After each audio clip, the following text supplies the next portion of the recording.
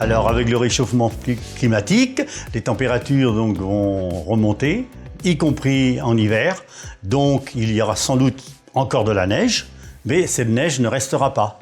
Donc il y aura un problème pour les stations de ski et les gens pour aller faire du ski. Avec le réchauffement, les températures à l'été vont augmenter, vont dépasser sans doute les 40 degrés. Et là, donc, va se poser la pratique du sport l'été. Rien que le sport amateur, il a déjà évolué et je pense qu'il évolue tout le temps. Tout ce qui est fait au profit des sportifs de haut niveau, ça descend dans le grand public petit à petit. Faut faire du sport, ça vient dans le corollaire de 5 fruits et légumes par jour. Personnellement, moi je pense que le sport va devenir vraiment un outil de développement du bien-être physique, mental et spirituel de l'homme. Et qu'en plus, ça va vraiment devenir une des pierres angulaires du système de santé. Et donc, plutôt que d'avoir des médicaments ou des choses comme ça, on va inciter plutôt les gens à travailler en préventif et à faire du sport pour tout ça, quoi.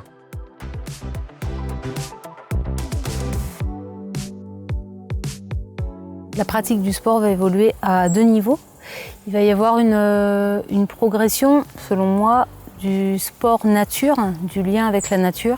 Et puis il va y avoir aussi peut-être le sport qui va se pratiquer chez soi via les visios ou via des tutos de sport. Moi je pense déjà que les gens ils n'ont pas très envie d'aller faire du sport parce qu'il y aura les écrans, les réseaux sociaux et tout.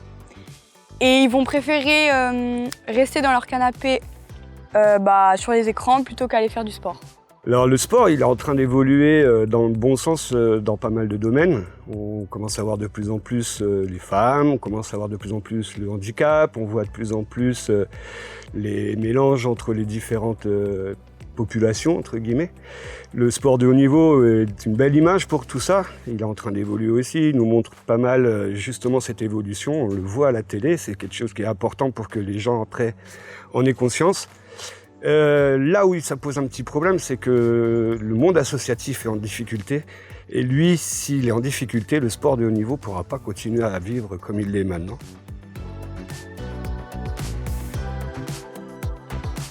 Dans le futur, donc d'ici 30, 40, 50 ans, est-ce qu'on aura suffisamment d'encadrants, de gens, de bénévoles, on va dire, pour la pratique du sport amateur ? C'est vraiment une question. Je sais qu'en ce moment, c'est pas simple pour toutes les associations sportives de trouver des gens qui libèrent du temps pour s'occuper des jeunes qui débutent, ou des jeunes ou des moins jeunes d'ailleurs. Pour moi, le primaire, c'est déjà important, dans le sens où c'est les instituts qui font l'activité sportive. Ça devrait être systématique, qu'ils aient au moins 1 heure, 1 heure et demie d'activité physique globale, quoi, quelque part. Et puis après, il faudrait, pour détecter les talents très précocement, ça, je ne sais pas qui peut le faire et comment intervenir. Je pense qu'aujourd'hui, on s'appuie toujours sur la loi 1901 pour faire fonctionner le sport. Or, aujourd'hui, avec la professionnalisation, les clubs, dès qu'ils ont des professionnels, c'est une entreprise, ça doit fonctionner comme une entreprise. Donc, je pense que le modèle doit évoluer. Ce que j'imaginerais de plus pertinent en termes d'évolution pour le sport, c'est d'une part, et là je pense surtout au sport à la fois comme pratique et comme spectacle, de quitter définitivement le côté, l'aspect show business du sport et de revenir, selon moi, à une forme d'amateurisme dans le sens noble du terme, c'est-à-dire qu'on retrouve le véritable plaisir et le jeu dans le sport.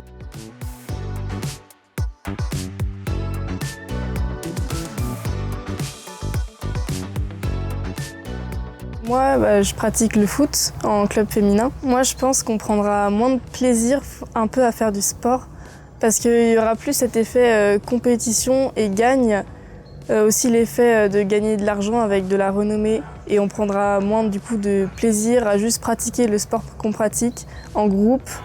L'évolution du sport, ce serait peut-être Des sports où les personnes rechercheraient plus le bien-être par le sport, mais le bien-être pour eux, ce qui leur fait du bien vraiment plus que la compétition. Que tout ce qui est esprit au fait d'être le meilleur, au fait ou de se comparer à d'autres, c'est pas forcément ça le propos, ce serait plus au fait un sport où on fait tel sport parce que ça nous fait du bien, parce qu'on sait que ça nous renforce pour le dos, pour les muscles, pour la respiration, et que donc on a envie d'être dans une société où on vit mieux, on vit plus longtemps, on est bien avec son corps aussi, et donc du coup le sport ce serait plus des sports individualistes et avec si possible dans des zones qui sont moins polluées ou peu polluées pour vraiment que ça profite au maximum. Ce qui est obligé de prendre en compte à mon avis, c'est deux directions qui doivent s'articuler. C'est la direction on développe le sport en qualité, en technique, en équipement, mais d'un autre côté, s'il n'y a pas une résonance, une liaison, une articulation avec le monde, j'allais dire politique ou économique, ça ne marchera pas forcément bien. Ça va suivre la société.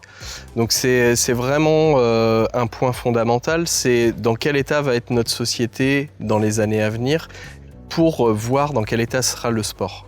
Et j'aimerais vraiment que le sport soit vraiment vecteur de cohésion sociale, vecteur d'émancipation aussi pour toute la population.